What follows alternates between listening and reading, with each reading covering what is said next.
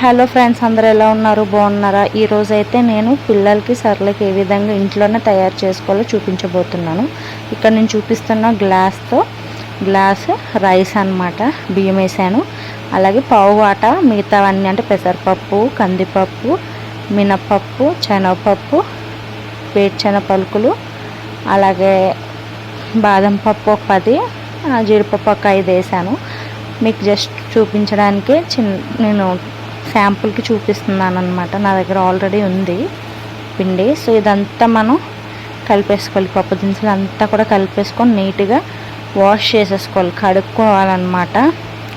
ఒక 2-3 టైమ్స్ అయినా కడగాలి. దానివల్ల ఏంటంటే పిల్లలకి లూజ్ మోషన్స్ అనేది రాకుండా ఉంటుంది. సో కడిగిన దాన్ని చక్కగా ఒక కాటన్ క్లాత్ కానీ పేపర్ కానీ వేసుకొని చక్కగా ఆరబెట్టేసుకోవాలి. నీళ్ళలో ఆరబెట్టుకుంటే సరిపోతుంది, ఎండలోనే ఆరబెట్టాలని ఏం లేదు. సో ఆరింది మనకి చేతికి తడి తగలకుండా ఉంటే సరిపోతుంది. ఒక 1 hour ఆరబెట్టింది ఒక బౌల్లో తీసేసుకోవాలి. చూడండి, నేను చూపిస్తాను. ఈ విధంగా ఆరితే సరిపోతుంది, తడి తగలకుండా ఉంటే చాలు. సో ఇప్పుడు ఈ ఆరిన దానికి స్టవ్ ఆన్ చేసి కళాయి పెట్టుకొని, కళాయి వేడెక్కిన తర్వాత ఈ పప్పు దినుసులన్నీ అందులో వేసేయాలన్నమాట. వేసి లో ఫ్లేమ్లోనే కొంచెం అలాగా ఫ్రై చేసుకోవాలి. లో ఫ్లేమ్లోనే ఫ్రై చేసుకున్న తర్వాత, అంటే హైలో పెడితే మాడిపోతుంది అందుకనేసి. సో ఈ విధంగా ఫ్రై అయిన తర్వాత స్టవ్ ఆపేసుకోవాలి. సో ఇప్పుడు ఇన్ని పప్పులు వేసాం కదా, మనకి పిల్లలకి డైజెషన్ ప్రాబ్లం రావచ్చు కాబట్టి కొంచెం వామ్ వేస్తున్నాను నేను. స్టవ్ ఆపిన తర్వాతే వేసుకోవాలి, లేకపోతే మాడిపోతుంది అనమాట. మీరు జీలకర్ర కూడా వేసుకోవచ్చు, 2 వేసుకున్నా నో ప్రాబ్లం. సో నేను వామ్ వేసుకుంటున్నాను. వామ్ వేసిన తర్వాత స్టవ్ ఆఫ్లోనే ఉంది. కలిపేసుకొని కొంచెం చల్లబడాక, అంటే చూడండి నేను చూపిస్తున్నాను, నేను అలా పట్టుకున్నా కూడా నాకు కావట్లేదు అనమాట. అలాగ చల్లగా అయిన తర్వాత మిక్సీ చేయండి. వేడిగా ఉన్నప్పుడైతే మిక్సీ అయితే చేయకూడదు. సో చల్లబడిన తర్వాత అవన్నీ కూడా మిక్సీ జార్లో వేసుకొని ఫైన్ పౌడర్గా చేసేసుకోవాలన్నమాట. మెత్తగా పిండి ఆడించేసుకోవాలి.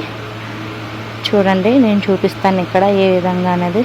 సో ఈ విధంగా ఉంటే సరిపోతుంది. సో ఈ పిండి ఆడించింది మన నెక్స్ట్ మళ్ళీ జల్లెడ పట్టాలండి. ఎందుకంటే పిండి మెత్తగా రావాలి కదా. సో గరుగ్గా ఉండకూడదు పిల్లలు కలిపేటప్పుడు, మళ్ళీ డైజెషన్ ప్రాబ్లం వస్తుంది. సో పిండి మెత్తగా జల్లెడ పట్టించేసుకోవాలి. ఆ జల్లెడ పెట్టాక ఇక పైన ఇది ఉంది కదా గరుగ్గా ఉన్నది పక్కన పెట్టేసుకొని, మెత్తగా ఉన్నది మాత్రం మీరు ఒక స్టీల్ డబ్బాలో స్టోర్ చేసుకోండి. సో ఎప్పుడు కావాలంటే అప్పుడు యూజ్ చేసుకోవచ్చు. నేను శాంపుల్ కాబట్టి నేను తక్కువ చేసి చూపించాను, నాకు ఆల్రెడీ ఉంది. సో మీరు ఎక్కువ చేసుకోవాలనుకుంటే కనుక నేను ఇప్పుడు చెప్పిన ఇంగ్రీడియంట్స్కి డబల్ వేసుకోండి. కానీ ఎవరైనా సరే ఫస్ట్ శాంపుల్ కొంచెమే చేసుకోండి, ఎందుకంటే పిల్లలు మళ్ళీ తింటారా లేదో తెలియదు కదా. అలవాటు అయ్యే కొద్దీ తింటారులేండి. సో ఇప్పుడు నేను ఉగ్గు ఎలా తయారు చేసుకోవాలో చూపిస్తున్నాను చూడండి. ఫస్ట్ స్టవ్ మీద ఒక తప్పేలా పెట్టుకున్నాక గ్లాస్ వాటర్ వేసుకోవాలి, స్టవ్ ఆన్ చేసుకొని. సో లో ఫ్లేమ్లోనే వాటర్ అనేది మరుగుతూ ఉంటుంది. ఈ లోపు మనం తయారు చేసుకున్న ఉగ్గుని ఒక కప్లోని నేను 2 స్పూన్స్ తీసుకుంటున్నాను. మా అబ్బాయికి 2 స్పూన్స్ సరిపడా తింటాడు అనమాట. సో ఇప్పుడు ఇందులో మనం బొంబాయి చట్నీ ఎలా చేస్తామో అలాగా ఆ పిండి ఏ విధంగా అయితే కలుపుకుంటామో అలాగా వాటర్తో కలిపేసుకొని పక్కన పెట్టేసుకోవాలి అది. సో వాటర్ మరుగుతుంది కదా, ఇప్పుడు మనం కలిపిన పిండిని మొత్తం అక్కడ వేసేసుకోవాలి. నేను వీడియో తీయడానికి కోసం ఆపానంతే. మొత్తం వేసేసుకున్నాక అది లో ఫ్లేమ్లోనే అలాగా మరిగించాలన్నమాట బాగా. చూసారా ఈ విధంగా దగ్గర పడుతుంది అనగా ఇప్పుడు స్టవ్ ఆపేసి నెయ్యి వేసుకోవాలి. నేను ఇక్కడ నాకు నెయ్యి క్లిప్ మిస్ అయ్యింది. సో నెయ్యి ఒక స్పూన్ వేసుకున్నాను నేను.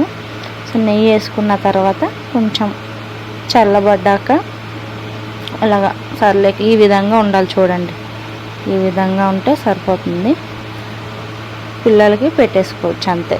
మా అబ్బాయికి కూడా పెడుతున్నాను చూడండి, చక్కగా తింటారండి. అలవాటు అవ్వాలి. స్టార్టింగ్ అయితే ఏడ్చినా అలవాటు చేయండి, బాగుంటుంది. మనకి ఇంట్లో తయారు చేసుకున్నదే మంచిది, హెల్తీగా ఉంటుంది పిల్లలకి. ఈ వీడియో మీకు ఇంట్రెస్టింగ్ అనిపిస్తే ప్లీజ్ లైక్ చేసుకోండి, నా ఛానల్ని సబ్స్క్రైబ్ చేసుకోండి. ప్లీజ్ నన్ను సపోర్ట్ చేయండి friends. Thank you for watching my video. Bye.